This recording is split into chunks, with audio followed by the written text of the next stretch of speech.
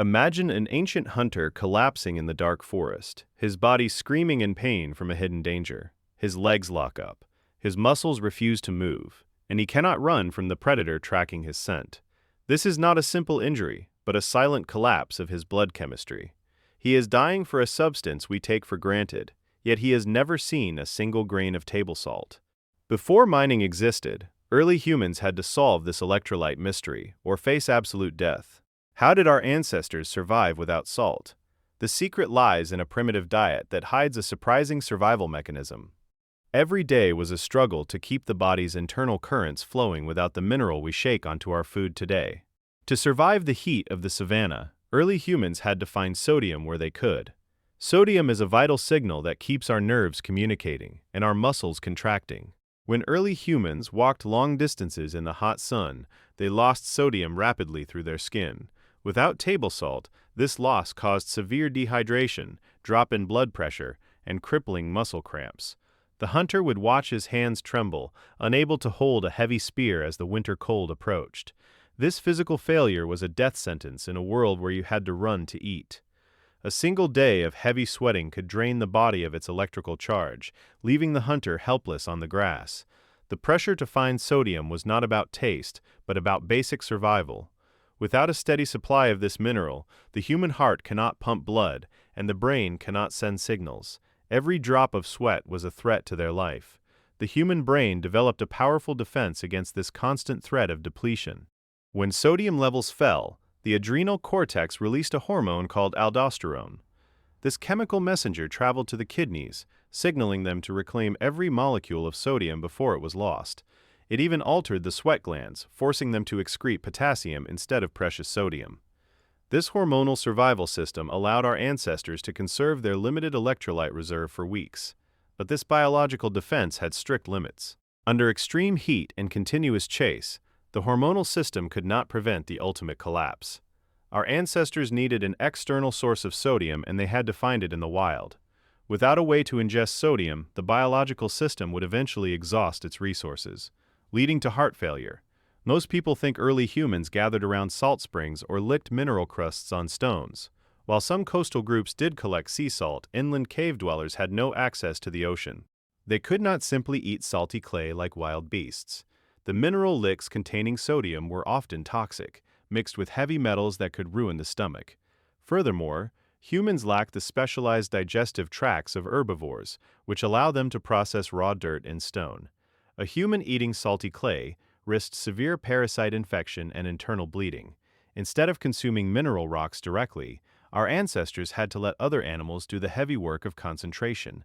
They had to look for a cleaner, safer source of sodium, and that source was already walking beside them. Ancient gatherers observed the behavior of wild herbivores with intense attention. Deer, bison, and elephants would travel long paths through the forest to reach hidden salt licks. The animals would lick the white crusts on the stones for hours, driven by their own sodium hunger. Humans did not lick the stones themselves, but they marked these mineral sites on their mental maps. These salt licks became the premier hunting grounds for the tribe. Predators and human hunters waited in the shadows near the licks, knowing the prey would always return to this life-saving spot. The hunter did not gather salt from the earth, but harvested it from the muscles of the prey. By tracking the animals to these mineral deposits, early humans solved two survival problems at once. They found a source of meat and secured the sodium they needed to survive. But a deep mystery remains unresolved. If animal meat was the primary source of sodium, what happened when the game migrated away? During long droughts or harsh winters, when the campfire grew cold and the prey disappeared, how did the tribe survive without meat? The danger of electrolyte collapse was always present, waiting to strike the weakest children and the oldest hunters. This answer reveals a hidden conflict between our evolutionary biology and our changing diets. It explains why a modern human still craves a salty snack when under stress. To understand this deep connection, we must examine the secret blood diet that kept the ancient camp alive.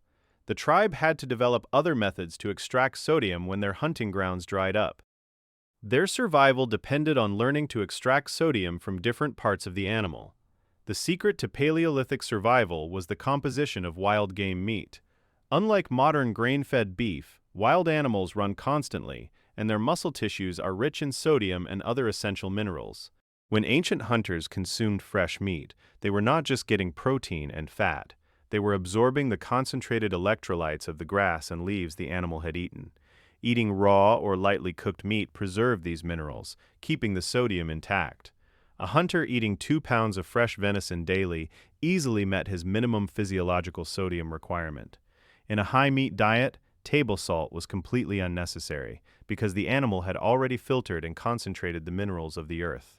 Every animal tissue, from the liver to the muscle, was a natural reservoir of life-saving sodium.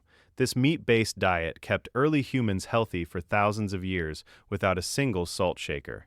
Fresh animal blood was another vital resource for maintaining electrolyte balance in dry climates. Blood is naturally highly saline, containing about 3 grams of sodium per liter. When a large beast was brought down by spears, the hunters did not let the blood waste into the dirt. They caught it in clay vessels or drank it fresh from the carcass to restore their lost fluids. This saline drink provided immediate relief from muscle cramps and dehydration after a long run. Modern pastoralist groups, like the Maasai, still practice this blood-drinking tradition today to stay hydrated in the arid heat. For our ancestors, blood was the ultimate energy drink, keeping the body charged and active. It was a concentrated source of sodium that required no boiling or processing. By drinking the blood, they could survive days of intense hunting under the hot sun without collapsing. When meat was scarce, the tribe turned to specific plants that grow in salty soils. Gatherers collected wild halophytes like saltbush, glasswort, and samphire along coastlines and dry lake beds.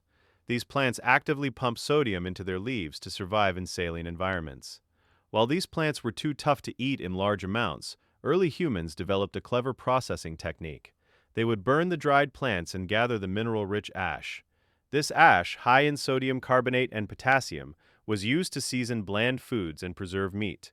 The black ash became a primitive seasoning, providing the essential minerals needed to keep the tribe healthy when the hunt failed.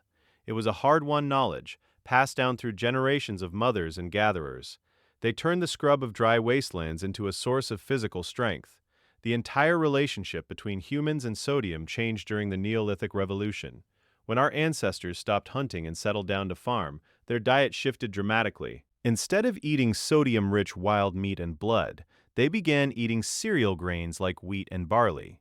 Grains are naturally extremely low in sodium and high in potassium, which disrupts the body's electrolyte balance. Within a few generations, early farmers experienced widespread sodium deficiency. They suffered from chronic muscle fatigue, weak bones, and high infant mortality. The change from a hunter's diet to a farmer's crop created an urgent, desperate demand for supplemental sodium chloride. This age of salt hunger had begun. The simple act of planting seeds had forced humanity to search the earth for a new white crystal. This desperate hunger for sodium drove the creation of the first global trade networks. Humans began mining underground salt deposits and evaporating seawater in shallow clay pans. Salt became so valuable that it was called white gold, traded weight for gold and silk. The earliest roads in Europe, like the Via Salaria in Italy, were built to transport salt from the coast to the interior cities. Roman soldiers were paid in salt, a practice that gave us the word salary. Empires rose and fell based on their control of salt mines, transforming a biological need into a tool of political power. The search for sodium had reshaped human geography forever. War was waged and walls were built just to protect the mines that supplied the essential mineral. What was once obtained from the blood of a wild beast was now purchased with blood on the battlefield. Today, we no longer face the threat of sodium scarcity in our warm kitchens. Our supermarkets are packed with salty foods, and we consume far more sodium than our bodies actually need. Yet, our brains still carry the ancient memory of the hunter's struggle. That deep evolutionary craving for salty snacks is the modern echo of a survival mechanism that kept our ancestors alive when salt was a rare treasure. Our bodies are still wired for the scarcity of the ancient forest, even as we live in modern abundance. The next time you open a package of salty chips, remember the silent hunter resting on the grass, clutching his cramped leg under the shadow of a giant tree.